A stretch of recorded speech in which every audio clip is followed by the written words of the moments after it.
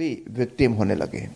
हमारी मांग है कि उसकी पूरी जांच की जाए और पूरी गुजरात में जो कानून और व्यवस्था है वो उनकी जिम्मेदारी लेते हुए विजय रूपाणी जी है उनको ये गृह मंत्रालय होम मिनिस्ट्री छोड़ देनी चाहिए। सर, जिस प्रकार से आपने बताया कि उनको थ्रेट्स से, कौन से थ्रेट्स, अगर आप कुछ उस पर बहुत सारी कंट्रोवर्सी जयंतीभाई भानुशाली के आसपास चल रही थी, उनके कई दुश्मन भी बन चुके थे, तो उसके तहत उनको ये थ्रेट थी, सबको मालूम था। और ये उनके जो कानून व्यवस्था सुधारने की बात तो अलग रही, लेकिन जयंती भानुशाली है वो भारतीय जनता पार्टी के भी वरिष्ठ नेता थे और वहां के विधायक भी रह चुके हैं, इसलिए उनको जो सुरक्षा मुहैया करवानी चाहिए वो नहीं की गई। पॉलिटिकल रिवल जिस तरह से वहां पे एक दूसरे से चल रहा था, अमरासा में और कच्छ में जिस तरह से नहीं, भारतीय जनता पार्टी में कच्छ में जो अंदरूनी राइवलरी चल रही है वो सभी के सामने है, पब्लिक डोमेन में है, उसके बारे में कुछ कहने की जरूरत नहीं है। तो ये जो राइवलरी इस हद तक थी कि कई आमने सामने केसेस भी होते थे और भी कोई बहुत सारे जो बिजनेस राइवलरी थी, पॉलिटिकल राइवलरी थी, वो उसमें किसने किया है किसने नहीं किया उस पर मैं कमेंट करना नहीं चाहता, लेकिन जयंती भानुशाली पर थ्रेट थी वो तो सब लोग जानते थे क्योंकि कितनी कंट्रोवर्सी हुई थी। तो इसके बारे में भारतीय जनता पार्टी को, उनकी सरकार को आत्मखोज करनी चाहिए और गुजरात में अगर उसको बचना है तो कानून व्यवस्था में सुधार लाना चाहिए, मुख्यमंत्री को होम मिनिस्ट्री छोड़ देनी चाहिए।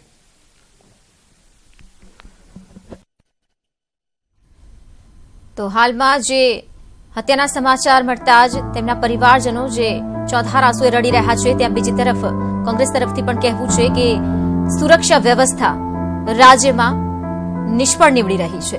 તો જયંતી ભાનુશાળીની હત્યા મામલે હાલમાં કોંગ્રેસે પણ પ્રતિક્રિયા આપી છે। તો હોમ મિનિસ્ટ્રી છોડી દેવાની તેમણે વાત કરી છે સીએમની।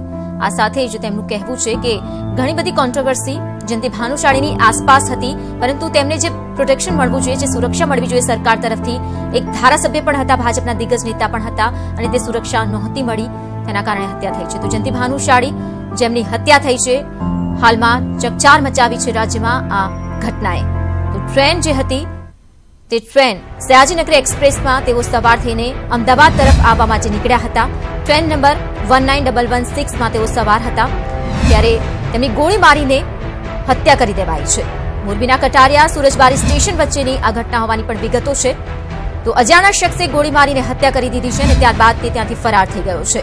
પરંતુ સાથે જ આ કોચમાં અન્ય એક વ્યક્તિ જે સવાર હતો, પવન મૌર્ય, જેનું નામ સામે આવ્યું હતું। ઉલ્લેખનીય છે કે સતત સવારથી જ આ ઘટના પર ન્યૂઝ 18 ગુજરાતી નજર રાખી રહ્યું છે અને અપડેટ જે છે, પડે જે વિગતો છે તે પ્રાપ્ત કરીને આપણા સુધી પહોંચાડી રહ્યું છે અને તે જ વિગતોમાં આ બધી વિગતો સામે આવી રહી છે।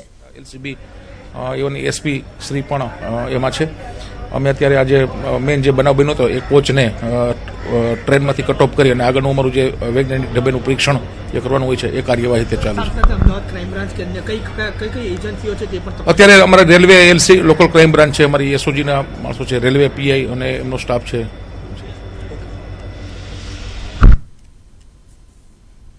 તો હાલમાં જે એસી કોચમાં હત્યા થઈ હતી તે કોચને છૂટો પાડી દેવામાં આવ્યો છે અને પરીક્ષણ છે, જે તપાસ કામગીરી છે તે હાથ ધરી દેવામાં આવી છે। તો આપ એનિમેશનના મારફતે અમે આપને બતાવી રહ્યા છીએ કે જે ઘટના બની છે, જયંતી ભાનુશાળીની જે હત્યા કરી દેવાઈ છે, જે ટ્રેન કચ્છ ભુજથી નીકળી હતી અમદાવાદ આવવા તરફ, તો ફાયરિંગ થયું, એક ગોળી જે છાતીમાં મારવામાં આવી છે, બીજી આંખના ભાગે મારવામાં આવી છે। નિર્મમ હત્યા કરી દેવાઈ છે જયંતી ભાનુશાળીની। ત્યારે આ રાજકીય કાવતરું, રાજકીય ષડયંત્ર હવાને લઈને પરિવારજનો સતત રટણ કરી રહ્યા છે। તો પોલીસ પણ એ જ તપાસમાં લાગી છે અને જલ્દીથી જલ્દી આરોપીને ઝડપી લેવાય તે દિશામાં કાર્યવાહી હાથ ધરી દેવાઈ છે। પરંતુ આપ જોઈ રહ્યા છો એનિમેશન મારફતે કે આખરે આ ઘટના કેવી રીતે બની હતી। તો જે ટ્રેનમાં સવાર હતા જયંતી ભાનુશાળી, નિશ્ચિંત બનીને તેઓ અમદાવાદ આવવા માટે પહોંચી રહ્યા હતા, પરંતુ જે તેમના પરિવારજનોને ડર હતો, તેમને પોતાને પણ ડર હતો, ધાક ધમકીઓ પણ મળતી હતી, પરંતુ આખરે જે ન થવાનું હતું તે જ થયું। પરંતુ પરિવારજનો તરફથી જે આરોપો થઈ રહ્યા છે, સીધા આરોપો, ચોંકાવનારા આરોપો જે છે છબીલ પટેલ પર કરવામાં આવી રહ્યા છે.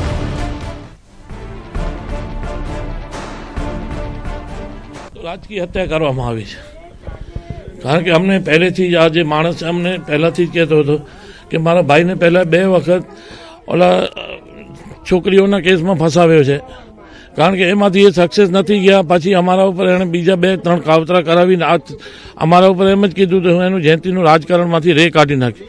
એટલે છબીલભાઈના એના પોતાના સાગરીતો માણસો રાખેલા છે. એ અમને પહેલાં એવું જ હતું કે ના અમારું સમાધાન થઈ ગયું છે, એણે સમાધાન પૂરતું કર્યું નહોતું. એનો પાછો અમારા ઉપર એણે બીજા 2-4 વખત વાર કરાવી છે અને એમણે એમ જ કીધું છે કે હું જયંતિભાઈને મૂકીશ નહીં.